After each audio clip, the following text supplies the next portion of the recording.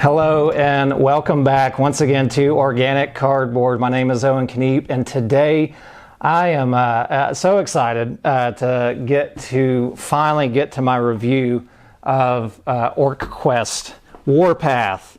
Long time in the making. If you haven't watched, I think I did an unboxing where I talked about this a little bit, but this has been like a 5-year in the making game. It went through 2 different Kickstarter runs. It failed on the first one. I mean, they got the funding and everything, but they were not able to create the game. This designer's name is Johan Bugney. Johan Bugney. I don't know. I'm probably horribly mispronouncing that because this guy is French too, so there might be a French pronunciation. There's also Thomas Malfroid as the other designer, but I believe Johan's the main one. And they put out this Kickstarter.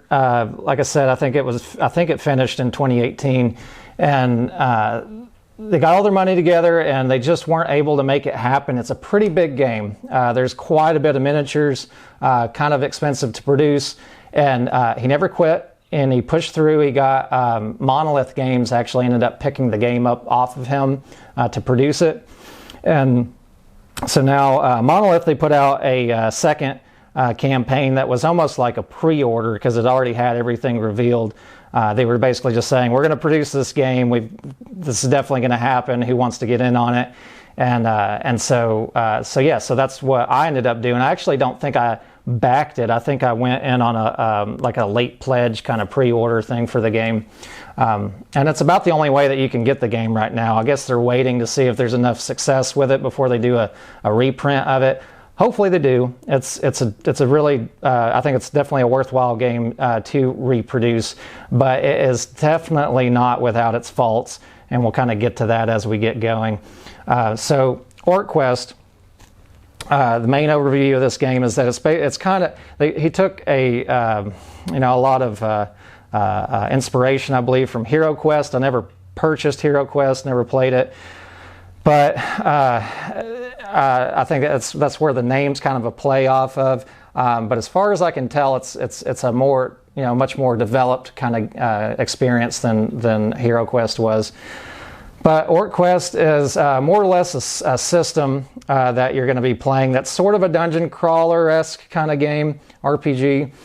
And you're the orcs on this game, though. You're not the heroes, so to speak. Your orcs are the heroes, which is a little hard to get used to at first because you got to start referring to all the humans that you're raiding and pillaging as enemies, and you are heroes somehow in all of this. And so it kind of flips that on its head and sets it up so that you get to kind of play the bad guys, sort of.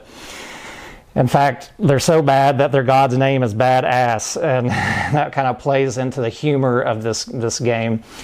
So you are going on a bunch of different quests. You've got a whole series of quests to go through the main storyline, and then this game, as it is, they included all of what would be expansion content. They call it expansions, but there are additional side quests that you can add into the campaign as well. And you're going to go through and raid and pillage, and you have certain quests are real specific. The objectives change. Sometimes it takes out elements of the game, and you'll actually be, instead of doing this common mechanic that we'll get to in the game where you are increasing alert levels and you have patrols coming after you, there's some of the missions that just totally take out that whole mechanic, and they play a whole different scenario objective with the same system, though. But yeah, so the way a turn structure is going to look in this game is that each time it's the hero's turn, each one of your heroes is going to go. So you'll have 4 different orcs that you'll pick. You have a litany, a whole setup of different orc characters, and these aren't all like strict orcs. Some of them are like goblins, and they've got like a troll that you can get. There's like a minotaur. It's like a minotaur orc. They like to throw in all these little orc puns. And so there's quite a few of additional heroes that you can just straight up put into your game from the start. You can also play through sort of a campaign where you have to kind of pick up these characters, or maybe they'll show up at different points along the campaign. It's very easy to switch the characters out. They have a little quick, easy system for you to kind of replace them with somebody else without them coming in at like level 1. They get to kind of more or less match the position that hero was already at. And then they can just you can kind of mix and match them as you want to through each campaign, because they're all, I guess, part of the same tribe of orcs. So I guess it works out thematically in that way. And so on your turn, you're going to activate one of your orcs. And I'm just going to, again, refer to these all as orcs, even though, again, they're not all orcs. But they'll go through, they'll have 2 action points that they can spend. You're going to have all these little cards that are going to have little A's on them for the action points that could be spent. Some of them require both your action points to spend them. But you'll, most of the time, like if you're going to do movement, you're going to have to spend a card in order to do movement, spend an action point, and then do another action point to do an attack. If you want to, you will have a track here too, where you'll be able to acquire these god favor points through badass. So they're your badass points for being extra badass, and you sometimes you'll get those from killing other enemies, other humans that you're pillaging. Sometimes you'll gain those from other effects as well. And then you have this mechanic in the game where you can spend those to acquire extra action points. There's also a leveling up kind of system in the game where you, instead of doing just like a gain experience level up, you can buy additional actions that essentially level your character up. Otherwise, you're just leveling up from gaining like new weapons and armor that you can craft as you go. But you can spend those badass points. You'll have to spend an additional badass point on top of what the original cost was. So the first badass point's only going to cost 1 point, and additional badass points will cost 2 points, and then the third badass point that you want for that character that round will cost 3, so it adds up really quickly. In general, you're going to keep it to doing like 1 and maybe sometimes 2 additional actions that you're going to use by spending the badass points to do that. But once your character's played their turn, they've done all the actions that they can or that you want to use for them, you'll have all these action cards sitting out, and you can just flip them over to show that they've done those actions that turn. And then I have this game kind of laid out in a way where I just played through part of one of the additional, or one of the first chapter of the game, the main chapter of the game. I played through a handful of these missions so far, but I just kind of set up the first chapter, played through a little bit of it, just to grab a little B-roll to add into this review. So all of these kind of already have their first turn played out. But what you'll do, again, as your character finishes their turn, they'll grab one of these event cards off of a shuffled deck, and it'll tell you something that might happen. Most of them are that nothing happens, but there's I don't know, maybe half the deck, I haven't really counted them up, but a good bit of the deck will do something. Each character comes with like a couple specific event cards that you shuffle into the deck that will refer to something that just they do or they activate. And once you grab these, though, sometimes it'll do something funny, like this particular event card that this little goblin thief used. After his turn, he picked up this card that says, oops, the hero moves 2 squares ahead, increases the alert level 1 if the hero hits an obstacle, which was funny because when I pulled that out, he actually had damaged one of these peasants to 1 point of health, and then he fell into them and killed them. Because when heroes, when enemies and when anybody comes into contact with an obstacle that could include an inanimate object like a wall or a barrel or something like that, they will take damage when they do that. But if 2 characters hit each other in that manner, then they'll both take damage. So that was, there's a lot of little funny instances that come out whenever you pull these event cards out, and it really kind of adds flavor into the whole experience of what's going on your board. It's really that's a really fun part of the game. But they're not something to be too worried about. Most of the time, nothing's going to happen, but enough times it happens that things are funny or interesting or helpful or hurtful during the game that it's worthwhile to have those in. It's fun. So character finishes their turn, they draw that event card, something may or may not happen, and then you go through each one of your characters. Again, you have to have 4 characters in a normal game of this. And after all of them have gone, then any enemy groups that are left on the board that are alerted, that have seen you, or that have seen someone else that has seen you, because they can kind of yell back and forth, they can alert each other in this kind of chain reaction effect that happens in the game. You will roll a dice for them, and they'll get to do something like these peasants. One of the most common thing that they're going to do is run away from you, which can be really problematic, because they'll run away, they'll open doors, they'll run as far away as they can, and oftentimes they'll alert a patrol to your position.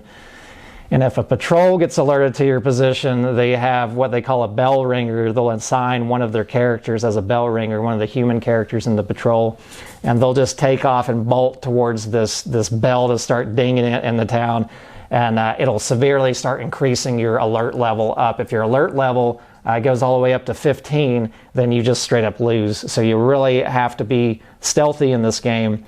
You can't just go crazy being super murderous, loud murderous orcs. You can be murderous, but you can't be super loud or noticed in other manners. I guess loud's not the right word, because sound doesn't really travel on this game. It's not like Zombicide where sound will alert other things, but you will alert them by sight, and so they'll chain off of each other, so you got to be careful with that. So they've all gone. The enemies there may be multiple groups that'll have to each roll their own dice. There's rules for how to assign groups for each die roll, but one grouped area of enemies will roll that activation roll on their turn and then do something. And then after all that, you'll just end a turn round, like end of round, turn round phase, whatever you want to call it. And you can do things like swap items out and reconfigure your own inventory, just some basic upkeep. One of the funny kind of mechanisms too is that you can throw an item to another character, which is fine when they're really close to you, but when they start getting in a further range away, you actually have to roll a die to see if they take damage from that item being thrown to them, like you hit them in the head on accident. I thought that was really funny. And I think it becomes worse like the further away they are, because your accuracy is lessened. And range is kind of easy to find in this game. You just do circles around the character, so you'll have a full, what would that be, eight squares around that character will be range 1, and then it'll open up to the next size for range 2, range 3, range 4. So when you start having 3 and 4 and 5 range, you actually can go quite a distance. It really opens up on the board, and then you'll have things that block your line of sight and line of fire, which is a couple different things where ranged items need line of fire. Magic items only need line of sight, and you can see through characters, so that works a little bit differently. And then after all of that, you take away all of these event cards, you put them in a discard pile, you'll draw new event cards, and then you'll draw new event cards on each of the next character's turns, and all of these activations will kind of flip back over to be reactivated for the next round. So that all plays out really smoothly. Battles, whenever you're fighting somebody, you'll always have a certain number of dice that you're going to roll based off of your weapon. It will show you sometimes if you're a certain type of character with a certain weapon, like this ranged character has the same symbol as what this extra dice is on this bow, so other people might be able to use the bow too if they have a ranged ability, if they're skilled in ranged weapons. But this particular character can also throw an extra die. You'll have 3 colors of dice. You'll have white, gray, and black color die, and each of those are going to have 3 different colors on them. Well, I guess the black die, the highest level one are all the higher level colors. The lowest one has just the 2 lower color levels, and then the gray is the middle. They have both or all 3 yellow, orange, and red level attacks, which will be counteracted by the same color and levels of defense dice against who you're attacking. Some characters may not have defense dice, so they don't always roll defense dice, but you'll just gather those all up and roll them together. Like these peasants, they only have one white defense die that they roll, and if my ranger was doing an attack against this fella, she would roll her gray and white die against his white shielded die, and then you'll compare these together. The yellow shields will block yellow attack damage. If this yellow die was orange, if this white die was an orange level attack, this yellow shield would no longer affect it. It could also affect this gray one though that rolled yellow, so it can affect whichever ones. And then you'll just add that damage. You got a little chart that you can see that will show you like the different levels of attack damage, and according to the health color level of the character that's being attacked. So it's this whole system of yellow, orange, and red. If somebody has yellow health, that means that they're going to take a lot more damage from those higher level attacks than they would otherwise. If it's the same color health, like if you have 1 orange damage, that's coming towards an orange colored health character, they're only going to take 1 damage. But if it's yellow, they'll take 2. If that same yellow one takes a red level damage, it'll take 4 damage. So it really stacks up quick on these guys that are kind of the lower color health. But yeah, you'll play through that. You'll have, again, all of these different scenarios. You're going to try to sneak your way around patrols that show up. A big mechanic of the game, again, is the patrols. So these patrols that's one thing I didn't mention, is that at the start of like the enemy's turn phase, you will draw a patrol card out, and that patrol card will tell you whether a new patrol's arriving on the scene, and it will also tell you how any current patrols are going to move. And you'll have a limit on each of these quests that'll tell you like how many patrols can be out at one time. 1's usually enough, and 2 can get really problematic. Again, because these guys will just bolt these assigned bell ringers to run off and just shoot that alert level up. Your alert level goes from yellow to orange to red within that 15-point mark. And so if you get alerted by a patrol, it immediately jumps to the next color. So you can't be alerted multiple times. You'll lose the game pretty quick. Once you get all the way done, though, usually there's an exit that these guys come from. They'll enter in from a specified entry point. They get to enter in the board for free, which can increase their initial movement a little bit. And then they will try to exit out somewhere out on the board. Usually there may be some other. Again, this is sort of a system. So this game is really set up in a way where you could kind of make your own quest if you wanted to, and play with these rules and kind of do your own thing. In fact, they even have a quest editor loaded up online that people have already started putting together some of these scenarios, some of these user-created scenarios, and then they put them out there for other people to play with. So that's fun, and I guess that's kind of where that's a little more similar to maybe HeroQuest. Again, I haven't played HeroQuest, so forgive me if I start saying things that might compare that aren't exactly correct. But the fact that it's a system and that you can kind of make your own scenarios with the pieces that they give you quite a bit of different map tiles. It's all real simple map tiles. They're just different sizes of usually some kind of square or rectangle. All of the movement on the board is squares instead of hexes, which is kind of nice because the direction of your character makes a difference. So if your character is pointing, it does make a difference if you run around and attack somebody like from behind, per se, for instance. So that will mean that if they have a reaction, their only reaction is going to be to turn towards you instead of activating something off of their player board and possibly counterattacking you. Everybody only gets one reaction though, so if you do that, they turn around, the next person would not cause any reaction to happen that attacks them. So again, I mentioned once too that these skills that you gain, you can spend badass points for them. You can do that inside the game. You can play, like if you've got at least 10 badass points, you can spend those. You'll have a whole stack of cards that each of your characters can kind of go through, and everybody gets to level up off those same 10 points. So that's really fun, easy, nice way to level everybody up. And again, I was saying leveling up, but leveling is gaining these extra actions. And so you can do that mid-game, and then you can also do that at the end of the game too, as you're preparing for the next quest. And this is where, well, I'm going to mention one other thing before I start getting into the goofy stuff that's going on in this game. One of the other main mechanics that I didn't mention is that when you are entering into a building, one of the fun ways that they decided to do this is that they gave you this, it's more or less a dice tray, like a rolling dice tray, but they have walls on them, so these can be, these little crisscrosses can be sized in different ways to match one of the buildings that you've got on the board. So all the buildings are going to be set up in squares, and you can count up the number of squares that are in there and recreate that on the board. So for instance, when these characters first entered into here, we made a 4x4 square in the corner, and in the rule book it will show you like the number of dice that you would drop into here. It doesn't matter what color dice, these are just simply for placement.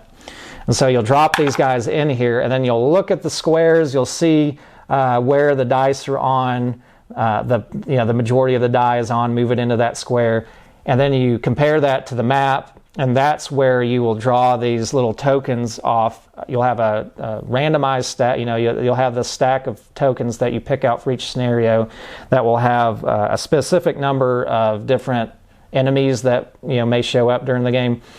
And you'll kind of turn them all around because it does matter what orientation they are, so you'll kind of have them all spun around and mixed up. And then you'll pull these off in whatever way that you want to, just consistently, so that the orientation is the same. Because when you open a door, you may be able to do it quietly, and these guys may not even see you enter in. You might be able to position yourself in a way that you can do better damage that way and a little more stealthily. But you'll place one of these tokens out for each of these different die that are on the board, and then you'll replace them with the miniatures and the orientation that they're supposed to be in.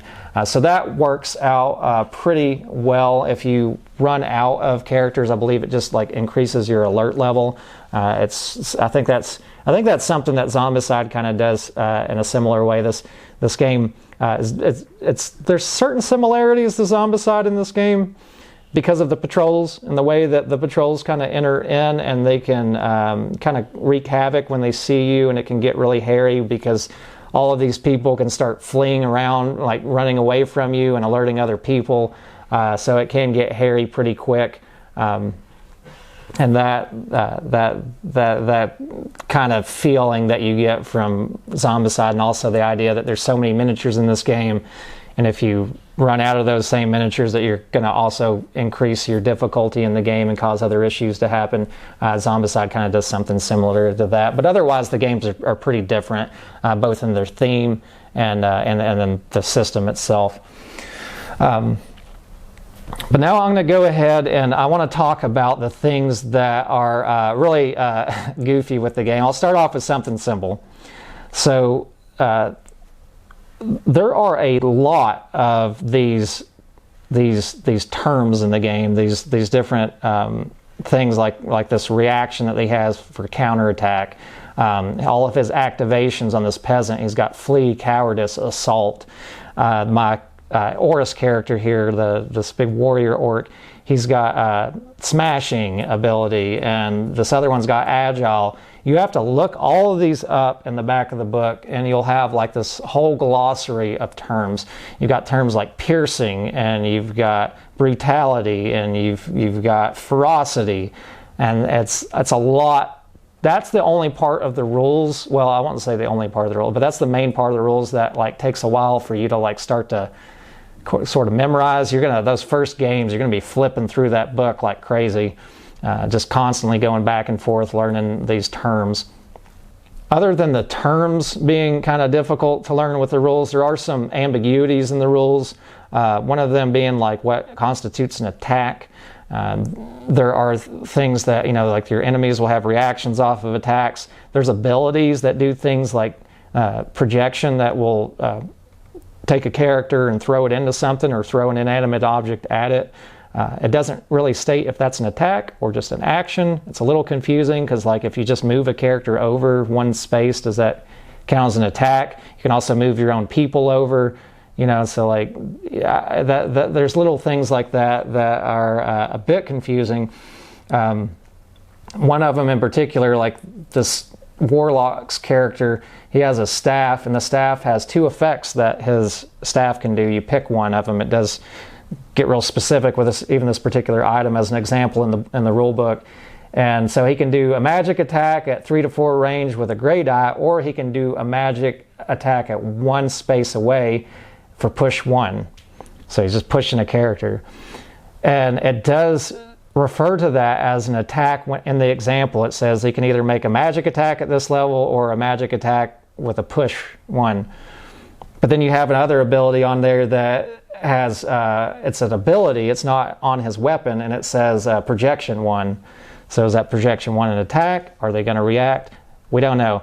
And one of the big problems with these rule ambiguities is that neither Monolith or Johan Bugney, the main designer, have given any support during the forums. It's a little bit of a point of contention that I have with this game, is that they have not been present to answer questions.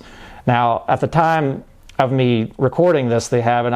It's possible that they could have finally started getting into gear, but there's a lot of questions on the forums, and it's pretty much just users trying to figure out what they think is the best way that these rules are supposed to work. So that's a bit of definitely a big bit of the knock in this game.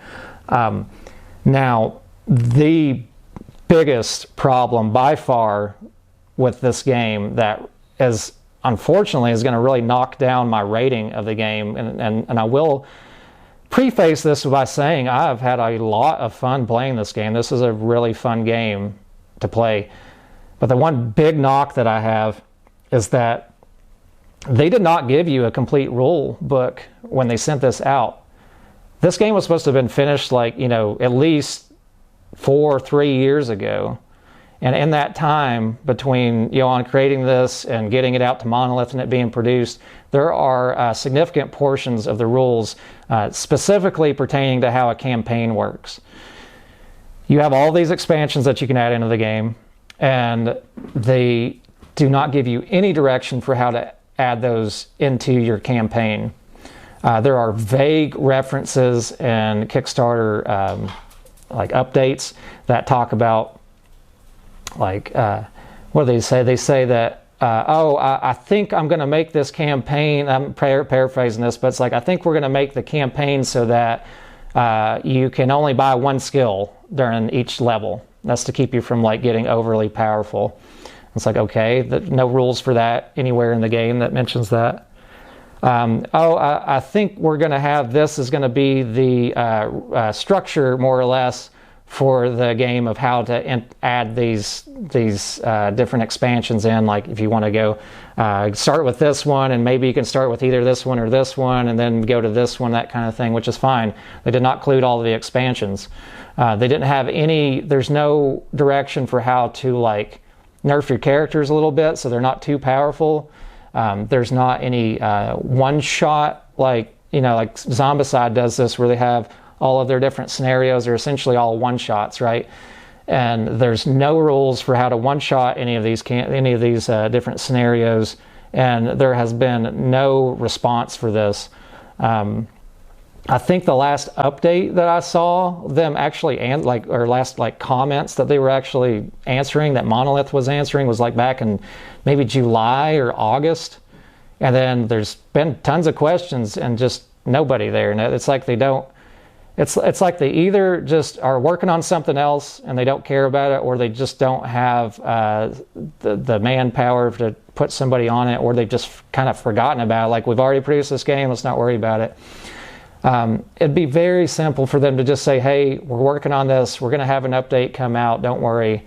I know I've seen some people that have mentioned that those like one-shot rules, they're supposed to be putting that out sometime in November, but I haven't been able to find any of that myself, so I'm not sure where they read that at. Maybe there was a video somewhere, somebody got that information. It could have been in one of the old updates or something, but anyways, that's a huge knock, though. I mean, you've had how long to put out these rules, and I mean, how hard would it have been to add those in? He had 4 years before this was put to Monolith, so I kind of feel like there was a lot of work done in this game.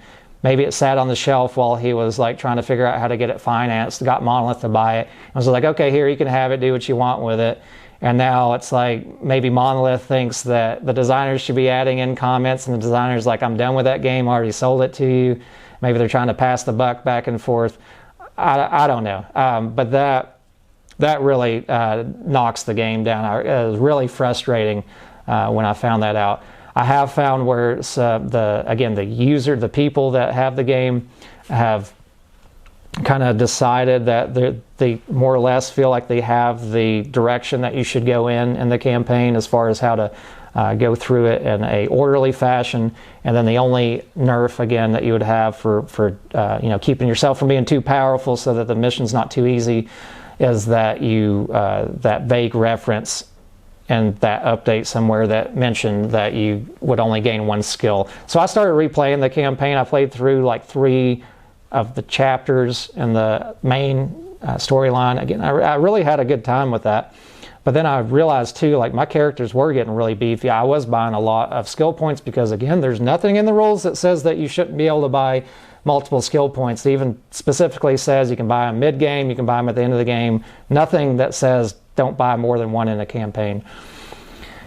And so I have gone back. I tried to go back where I'm hitting one of the expansion quests first, and then try to go into there's another expansion to hit before going into the main chapters of the campaign. And so I'm going to kind of try to redo it and play through it in that way and see what all kind of fun I can have with it. But I really hate how unordered the rules for the campaigns are, or just non-existent those are.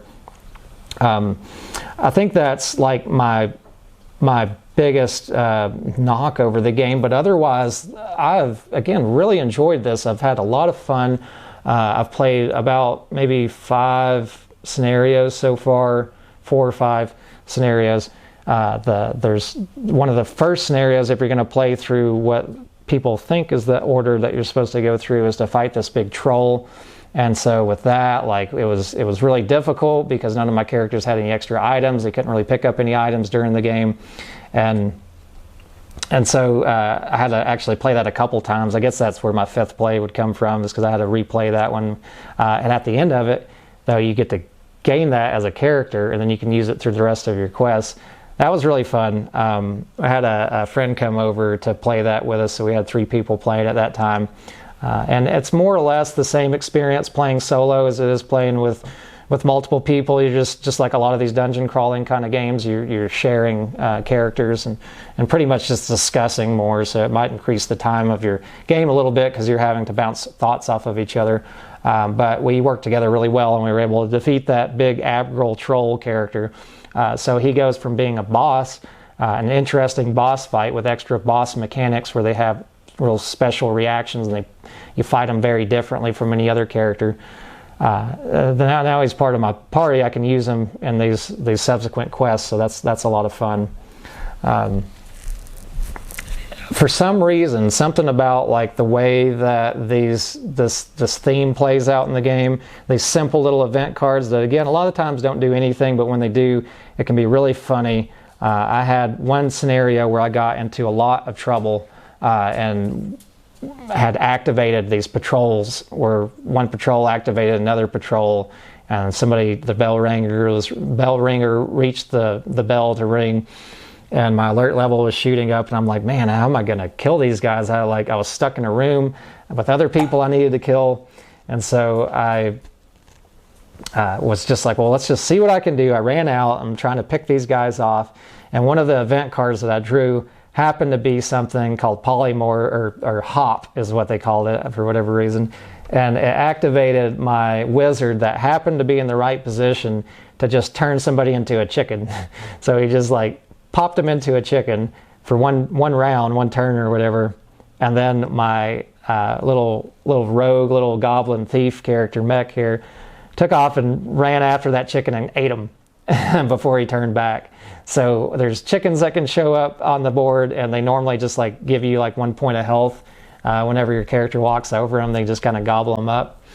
And so they're kind of like little health gaining tokens on the board. But it was really funny, and it was super helpful, and I was actually able to finish that quest without losing. And that tension that happened in that game was like, when I was done with it, I was like, my adrenaline was all excited, you know, I was all worked up from playing it. It was really fun.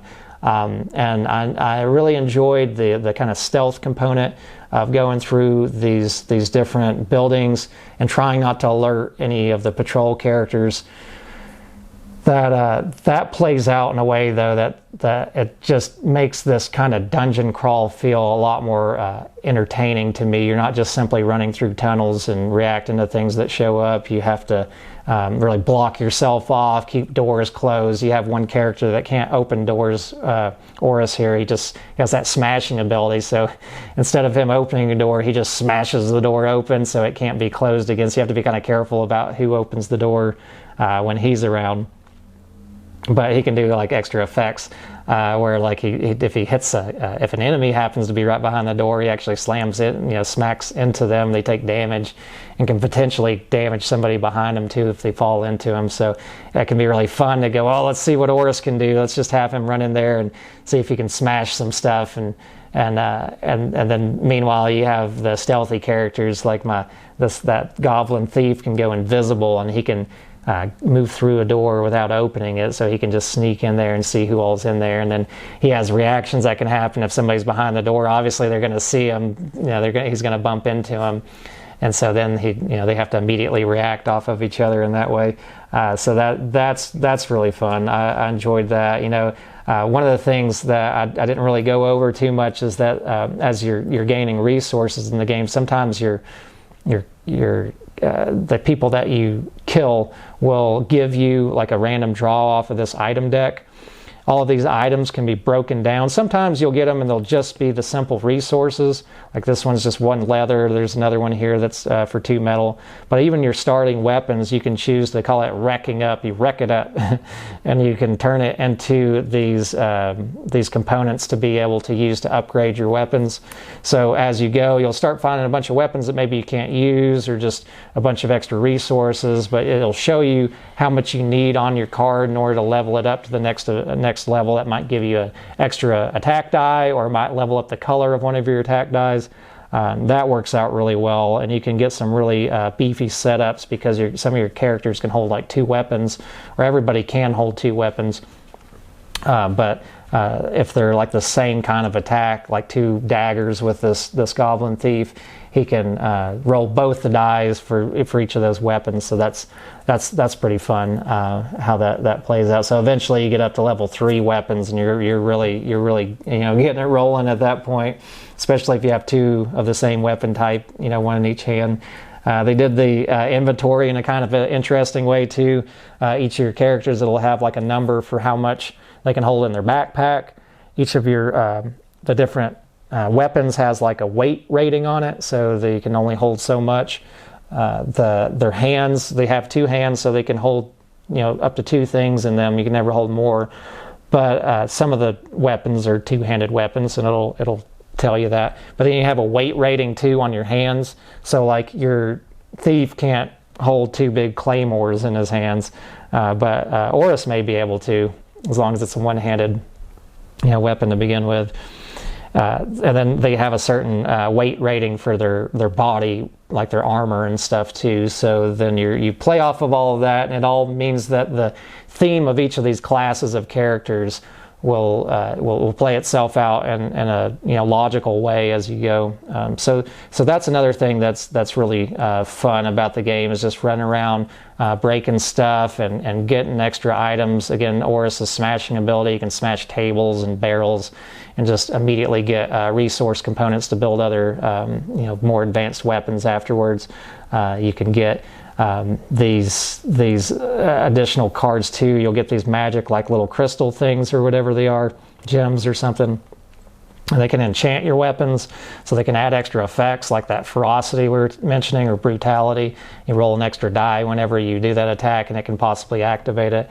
So you can get really beefed up in that way as you go. So that's the main way that leveling is going to work. But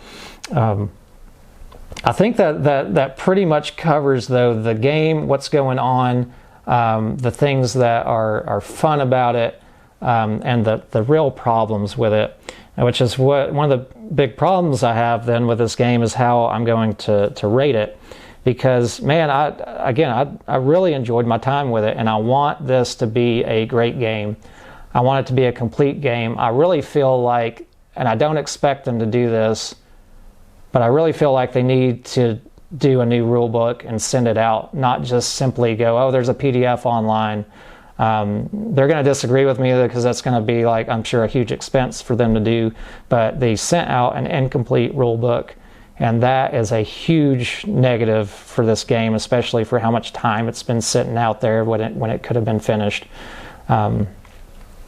So if I was going to rate this, not considering the rulebook issues and the little ambiguities or something that you could just do with an errata, that's fine. But those big components missing out of that, if I wasn't considering those, I think I would give this an 8.5 out of 10, maybe even a 9, because I've really enjoyed this. Like, this has been, like, top-notch fun. It's light enough. The battle stuff that you're doing in the game, like the way that battles play out with the dice rolling and matching the dice colors and trying to spend your extra badass points to do the extra brutality, to do the extra colored die damage. It's a really fun system, and I enjoy the dice rolling that you do, and it ends up playing out in a way where luck isn't like too bad against you, but you can certainly have really good rolls, really bad rolls. I enjoy that kind of stuff with my games that this would be in that beer and pretzels category of game, even though some of those rules, they feel like the basic rules. There's like 50 something pages in this book. I don't know where I set that book at, but the basic rules are like 52. But yeah, there's 51 pages in this book, and you can get through those pretty quickly. It does feel a little heavy, though, because of that glossary in the back and the fact that you're going to have to kind of learn you don't have to learn, you can just keep flipping back and forth, but eventually you're going to flip back and forth enough that you're going to learn all these glossary terms, and new ones are going to come up as you go through each of your missions that may cause you to keep flipping back and forth through it again. And that makes the game feel a little heavy, but it's more or less a beer and pretzels type game. I would say it is on par with difficulty level of learning rules and little, ambiguities and little situations like Zombicide is. But it's a fun, kind of easy romp through it, more or less. You definitely have some very tactical situations that you have to do with how you place yourself and trying to keep from alerting patrols and all of that. But it's still just kind of a dice chucking game. Works out really well. But that rule book it's going to knock it down at least a 1.5 for me. So as it is right now, I'm going to give my official rating of it is going to be a 7 out of 10, I think, because it is so fun, and you can go online and futz around and find little rules to make things work. You shouldn't have to. It's okay to look up ambiguities in games and have to go, well, how does this rule really play out? And then the designer comes in and says, oh, this is how you're supposed to read it. And oh, okay, that makes sense. And you go along with that official. All these games do that. That's a very normal thing to happen, where the designer will come in and clarify rules. But because these are not clarified in any manner from any of the questions that people have had, or also the fact that just huge component of the rules is missing, it's going to knock it down quite a bit. And I hate to do that because, again, I really like this game. It could be a 9. But as it is, standing at a 7 out of 10, if you can get your hands on this game, which I think is going to be very hard, unfortunately, hopefully they'll do a reprint and maybe reprint some new rules when you do this. Then I would highly suggest to get it if you can, especially if they get it at the same price point. I can't remember what I paid for, but this is a pretty big game. So this is one of the boxes. This is the other box that comes with the game. They're pretty thick. There are a lot of miniatures that come with it. The value I think that you get from this game, I can't remember exactly how much I paid for it. I'll pop it up right here. It wasn't that bad for what you got. And so the amount of fun that you can have playing solo or with a group, I think this is an excellent group game to play if you have some other people that like these kind of beer and pretzel dungeon crawlers. I think it's going to really be worth your money, even considering those rules. But they need to fix the rules. So hopefully they do. I'll be looking forward to that. But as it is, I think that is about all I have to say for OrcQuest. So a lot of rambling to go on about the issues and the things I like about the game and the fun to be had. It's a fun game. So don't let that, a 7 for me is like, this is a game that I would, be like, if somebody wants to play OrcQuest, I'm not immediately like, yeah, let's go through a whole campaign, because we don't know how to get through a campaign. But I would be happy to play it, and I do want to play. I want to go through this whole campaign. That's why this rating thing is kind of difficult for me, because normally, if it's a game that I'm actively wanting to go for, it's hitting in the 8s and up and higher, that I'm going to be actively going, hey, let's play OrcQuest. But where it is right now, I'm like, yeah, maybe we'll play OrcQuest. It'll be fun. It's not just okay. It is a really good fun time. But yeah, 7 out of 10. I think that's about it, though. Thank you guys so much for stopping by. I hope this review is useful. I know there's not been a lot of review videos out for this game. I hope this gives you some kind of an idea for what the user experience is, though, of actually running through several scenarios and the experience that I've had with it so far. If you enjoy this kind of content, a couple of those free clicks on the screen will really help support out channels like mine, and I cannot thank you enough when you do. But as always, guys, do what is right for you. And until next time, I hope you all are having a wonderful rest of your evening. I will see you on the next video. Take care and have a great day. Bye-bye.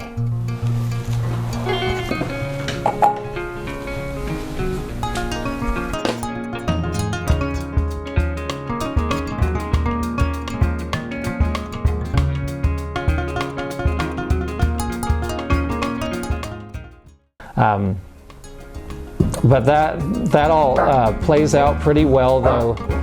Dogs are going off. Come on. Opie, hey, everybody shut up.